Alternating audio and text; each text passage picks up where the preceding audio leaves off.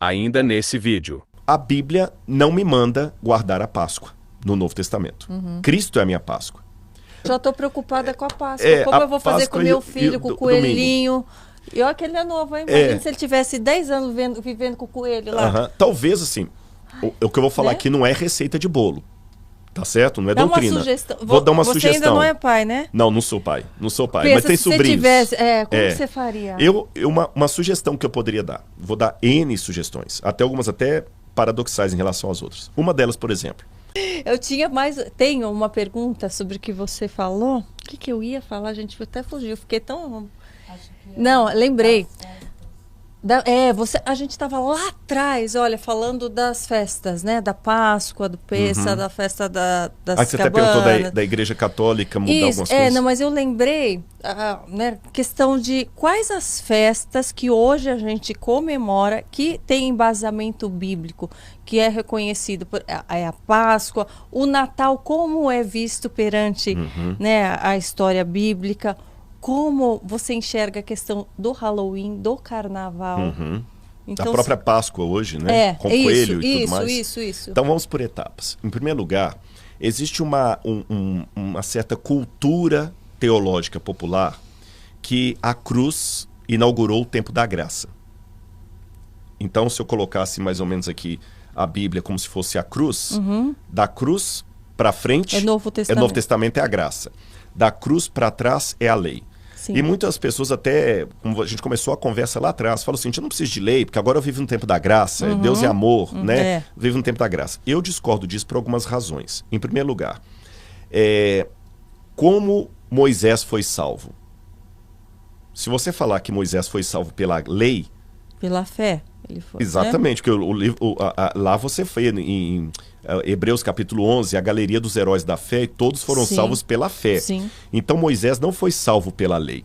Porque se Moisés fosse salvo pela lei, a lei poderia salvar, não precisava Jesus vir morrer na cruz do Calvário. Sim. O fato da lei não poder salvar, ordenou que Cristo viesse.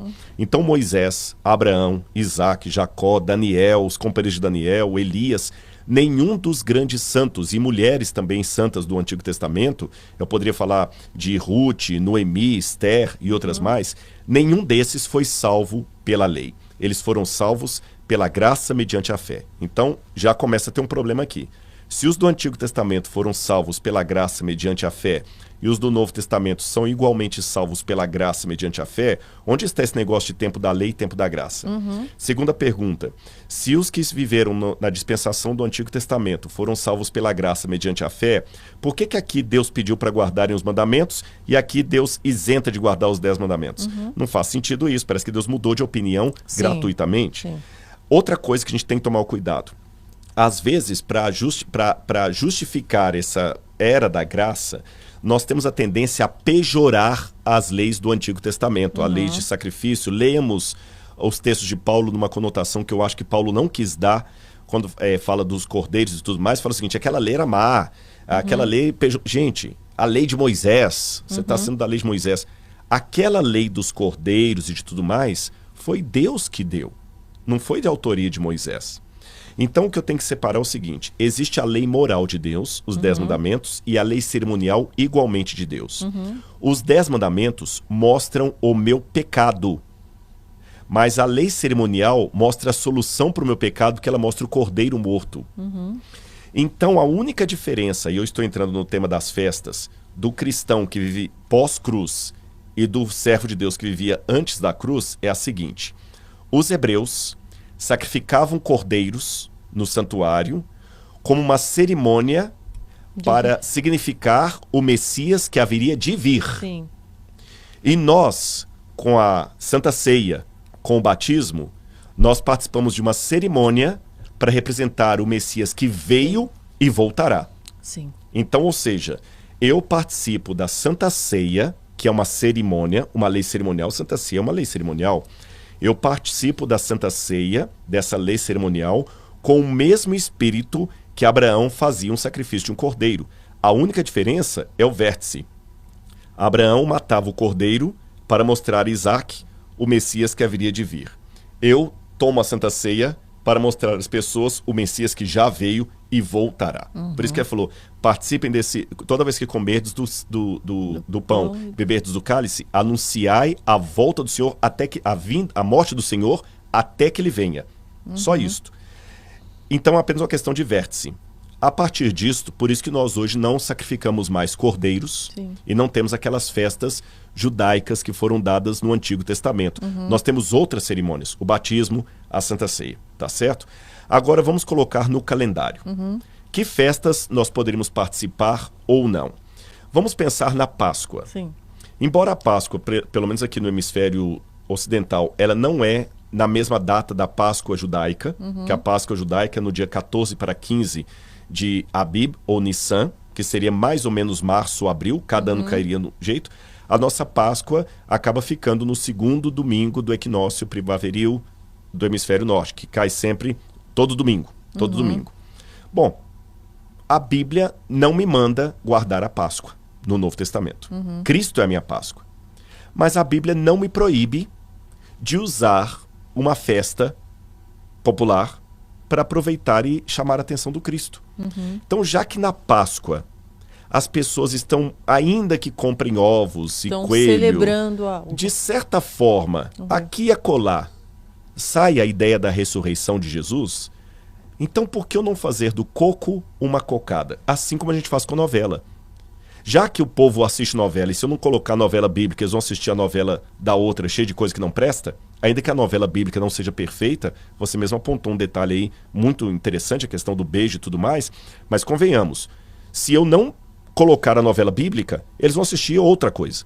Então, vamos pelo menos com a novela bíblica ali, para poder atrair eles para a Bíblia, vamos aproveitar, como os valdenses, que chegavam assim e sabiam que era proibido de pregar a Bíblia, eles chegavam para as pessoas e falavam o seguinte: olha, eu sou comerciante. Você é comerciante? Eu tenho uma pérola de grande valor para mostrar. O senhor quer ver? Quero, vou trazer à noite. À noite ele trazia a Bíblia. Entendeu? Aproveitava. Sim. Aproveitava. Então, já que na Páscoa as pessoas estão falando pelo menos um pouquinho da ressurreição, vou apontar, olha, vocês estão falando de coelho, de ovo, vou falar qual que é o verdadeiro sentido da Páscoa. Vou contar para vocês como é que a Páscoa começou. O povo de Israel saiu assim, e o mesmo Deus que os livrou do Egito nos livra do pecado, porque Cristo é a nossa Páscoa. Jesus morreu numa festa de Páscoa. E o que significa a morte de Jesus? Então aproveito que a população está pelo menos um pouco voltada para isso e prego o evangelho. A mesma coisa o Natal. Mas daí eu não poderia ter coelho, poderia... Seria o melhor não ter coelho nem nada, por quê? Porque aí eu estou substituindo Jesus por uma coisa fica pagã. meio... Aí eu estou misturando alhos com bugalhos. A mesma coisa o Natal. Da onde surgiu esse negócio de coelho também na Páscoa? Coelho, ovo, há gente? várias hipóteses, mas o certo é que vem de uma tradição pagã oriental que se perdeu, que é alguma religação do coelho com a fertilidade, com os cultos da fertilidade. O Natal já é mais fácil da gente pegar a origem dele. O Natal, 25 de dezembro, é o dia do aniversário de Tamuz. Então é o solstício de inverno. Agora, alguém pode me fazer uma pergunta do outro lado. Mas peraí, Rodrigo. Peraí.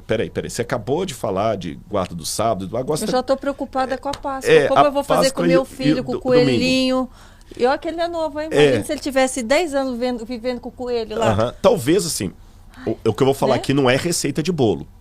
Tá certo? Não é doutrina. Uma sugestão. Vou dar uma você sugestão. Você ainda não é pai, né? Não sou pai. Pensa, mas tem se sobrinhos. Você tivesse, como você faria? Uma sugestão que eu poderia dar. Vou dar N sugestões. Algumas até paradoxais em relação às outras. Uma delas, por exemplo. Filhinho, tá vendo esse ovinho de chocolate que eu tô te dando? Às vezes, para evitar problema na escola, que ele vai ganhar da professora e tudo mais, uma hipótese, poderia dizer assim: filho, tá vendo o ovinho de Páscoa que você tá ganhando? Você vai comer o chocolate aqui. Eu vou comer com você. Mas eu posso te contar uma coisa? O quê? Sabia que isso aqui não tem nada a ver com Jesus? Não. Isso aqui é apenas um chocolate que eu tô te dando porque todo mundo tá ganhando ovo de Páscoa. Mas esse ovo não é de Páscoa. Não é não. Vamos comer o ovo junto que eu vou te contar a verdadeira história da Páscoa. Eu suponho, não sou pai, mas é uma hipótese, você está ensinando para ele a verdade separada do erro sem causar um trauma desnecessário. Agora vamos pensar o contrário. Não vou dar ovo de Páscoa. Aqui em casa não se come Páscoa. Aí ele chega na escola, todo mundo ganhando o ovinho da professora, ele não pode.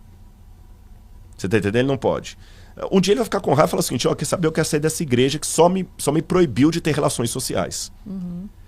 Eu sei que não é uma receita de bolo, como eu falei, e as regras não são tão claras quando falo com seres humanos, porque haverá situações também que você vai ter que prepará-lo para ser diferente. Para ser diferente. Mas aqui, para prepará-lo para ser diferente amanhã, será que Jesus ficaria ofendido de eu comprar um ovo? Você está entendendo? E comer o ovo com ele, falar, filhinho, tá gostando? Não, que delícia. Pois é, agora que interessante, filhinho. Eles chamam isso aqui de ovo de Páscoa. Mas isso aqui não é de Páscoa. Coelho bota ovo? É, mãe, coelho não bota ovo, não. Pois é. Você quer saber de onde surgiu isso aqui? Isso aqui tudo foi uma forma de desfazer a verdadeira história da Páscoa. Quer que a mamãe te conte a verdadeira história da Páscoa? Não tem nada a ver com ovo. Então vamos comer o chocolate, que eu vou te contar.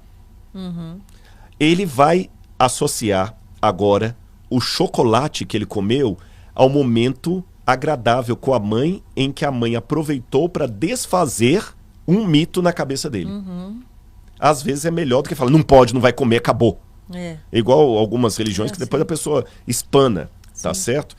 Gostou desse trechinho? Então se inscreva aqui no canal e fique por dentro de tudo. E para se aprofundar ainda mais, clica aqui em Seja Membro e tenha acesso a conteúdos exclusivos para você.